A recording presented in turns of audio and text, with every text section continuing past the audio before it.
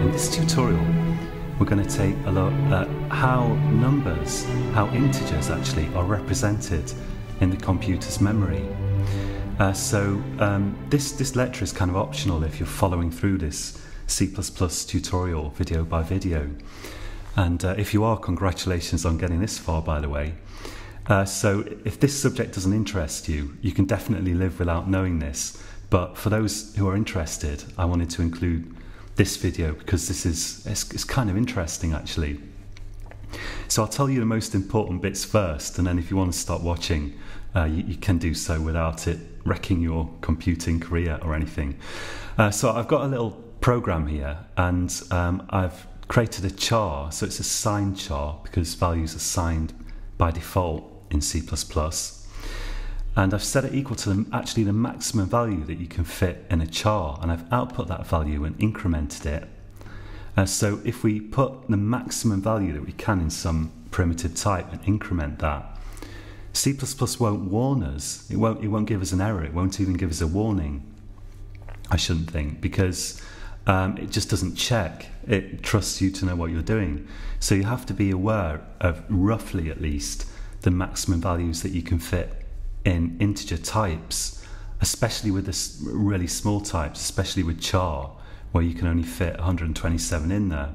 So if we increment 127 and output it again, we actually end up with minus 128, which is actually the most minimum value, the smallest value, or the most negative value, if you like, that you can fit in a signed char.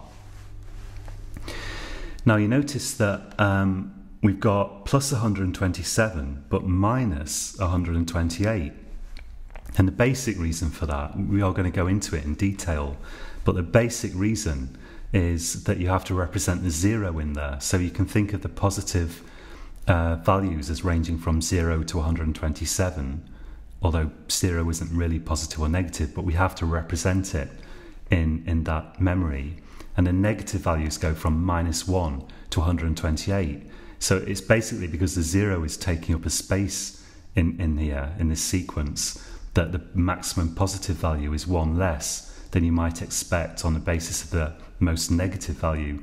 And this is the same for all the integer types in C++. I just picked char because it's easy to deal with because it's so small. So how exactly do we represent integers in the computer's memory? Well, first of all, let's have a look at this whole maximum and minimum value thing a bit. So if we imagine that we have, let's imagine that we've got just 3 bits. So let's say 3-bit system, and the most maximum value that you could sign, that you could store in an unsigned 3-bit value. So if we're not interested in negative numbers, just positive ones, the biggest value that you could get in there would be got by setting all of the bits to 1. We can only set each bit to 0 or 1, so if we set them all to 1, then you'd expect that to be the biggest value that you could get in 3 bits. And that equals, in this case, well, we've got, this is the least significant bit, we call it, because it represents how many 1s we've got, either 0 or 1. This is the most significant bit, which represents, in this case, how many 4s we've got, either 0 4s or 1 4. So this is 1 plus 1 times 2 plus 1 times 4. So that's 4 plus 2 plus 1, which is 7. And that actually equals 2. It equals 2 to the power of 3. Yeah, that's right, 2 to the power of 3. So 2 times 2 times 2, negative 1. So that's the same as, so to the power of just basically means how many times you multiply the number by itself. So 2 to the power of 3 is 2 times 2 times 2, 3 times over, which equals 8. We subtract 1, we get 7. So that's how you can calculate the maximum unsigned value for any particular type if you know how many bits it uses. So if we've got 8 bits, so 1, 2, 3, 4, 5, 6, 7, 8, that's the maximum value you can store in a byte. For example, an unsigned char. That's going to be equal to 2 to the power of 8 minus 1. And 2 to the power of 8 is 256, so minus 1, we get 255. Now, what about if you want to have signed values in there? Well, one thing that you might imagine doing is you could say, okay, well, we'll keep the most significant bit, for example, to represent the sign. So we could say, okay, let's say that a 0 for the most significant bit means that it's a positive number, and a 1, which looks a bit like a minus sign turned on its edge, we could say that means it's negative.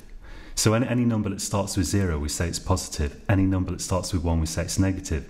So it's just a sign bit, and the rest of it is the actual number. If we did that, we'd have one less bit to represent the actual number itself.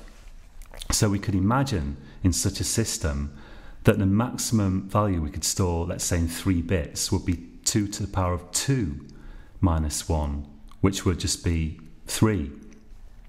Or the maximum value that we could store in 8 bits, if it's going to be signed and we need to keep 1 bit for the sign, is now going to be 2 to the power of 7 here, which is 128 minus 1, which will be 127.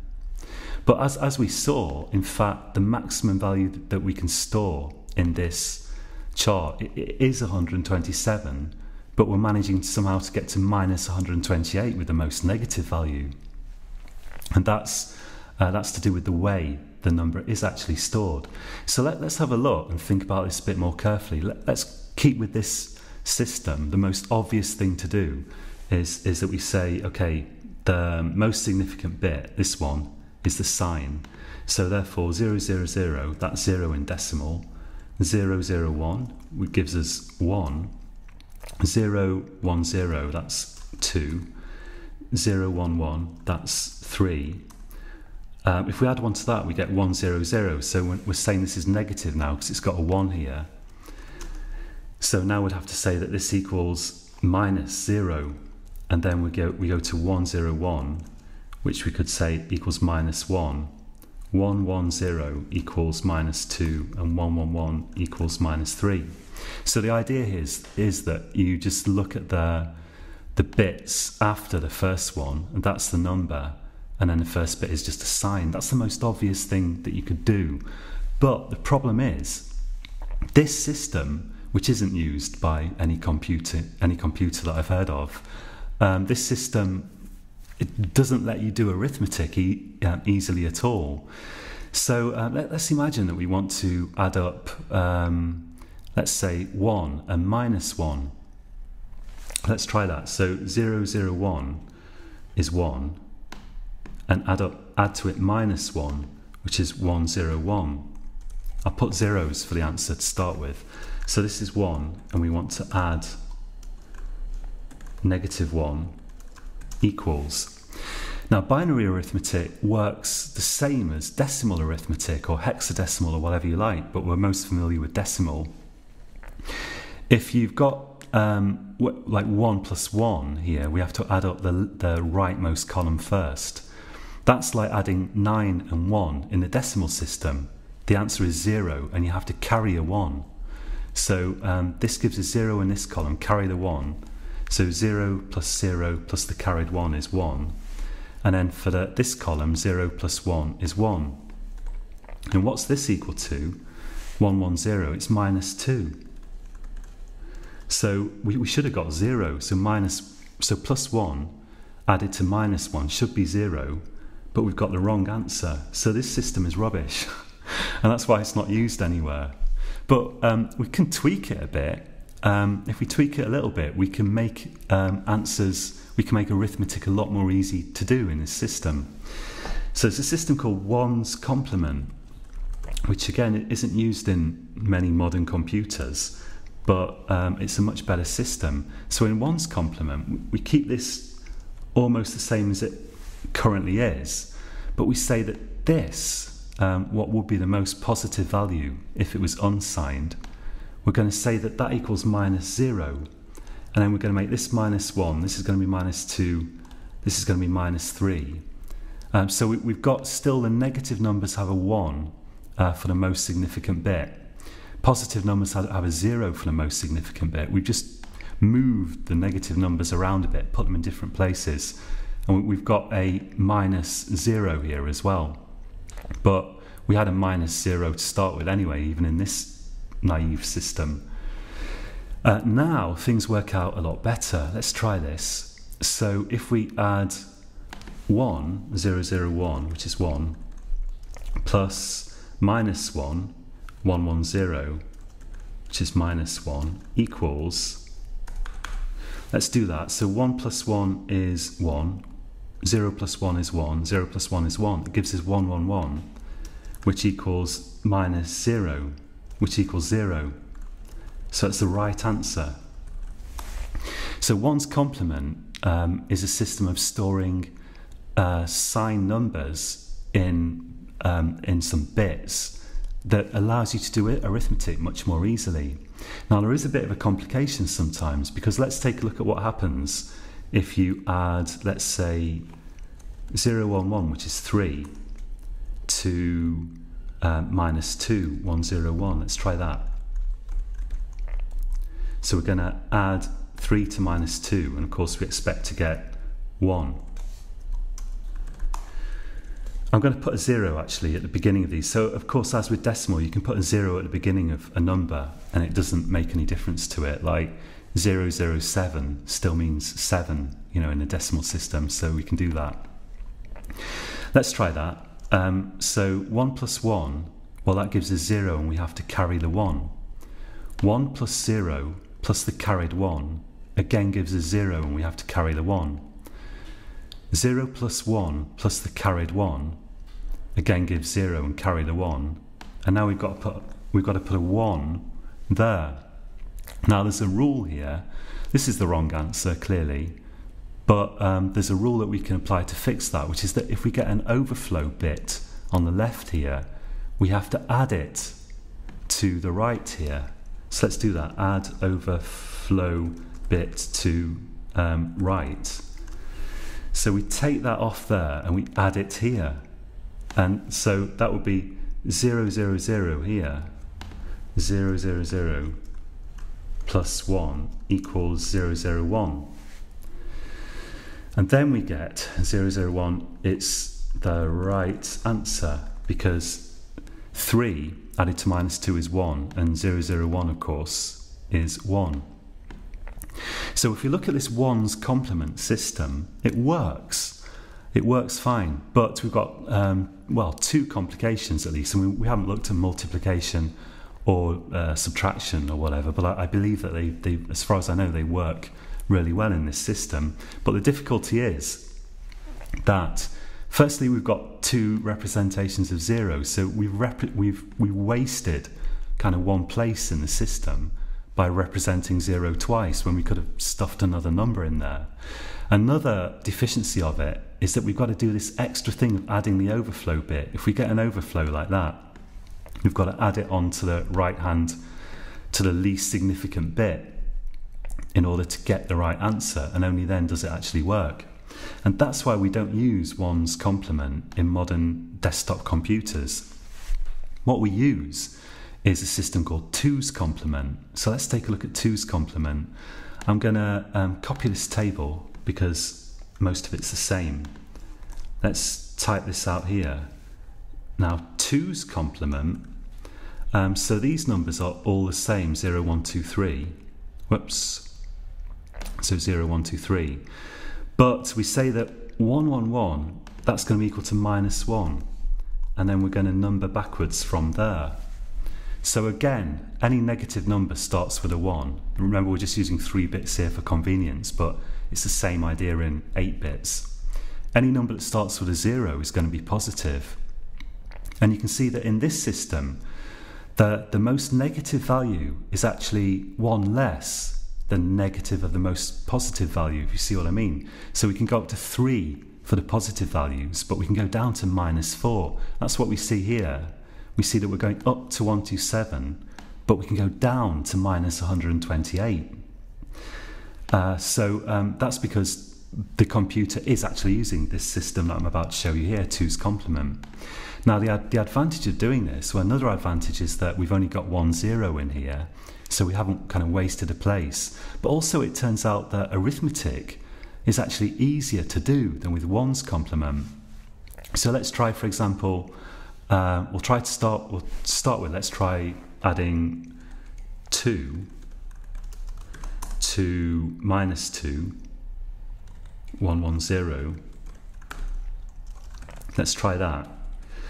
What we get is, we should get 0. So if we add 0 and 0, we get 0. 1 plus 1 is 0 and carry the 1, just like adding 9 and 1 in decimal. 0 plus 1 plus the carried 1 gives us 0 when we carry the 1 again. So we end up with 1 overflowing. But the difference here is that instead of adding the 1, the overflowed bit, the overflowed most significant bit, instead of adding that to the least significant bit, like with 1's complement, all we have to do is discard the overflow bit, and we get to 0 0 0, which is the right answer. So we still have a funny thing going on with the bits, but all we have to do is ignore them, so we don't have to add them anywhere. So it's easier. Addition is easier than in 1's complement. I'm not going to get into subtraction or division or multiplication, but apparently they're also very easy to do in 2's complement. Let's take another example just for fun. So if we take, I don't know, let's take 3. No, let's take 1 or 2. I'll start with 2. Okay, let's do 2 and minus 3, which should give us minus 1. So this is 2, and let's add minus 3. 1 0 1, negative 3. Then we get from that 1 1 1. It's quite easy to see the answer. We're just adding 1s and 0s in each case, and 1 1 1 is minus 1. Right answer. So there we go.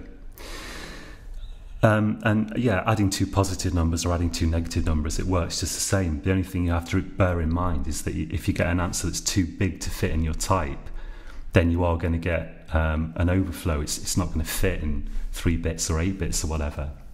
But this system, 2's complement, is the way that we represent numbers in the computer's memory, because it doesn't waste any values. There's only 1 0, and it makes arithmetic really natural to do. We just have to discard some overflow bits.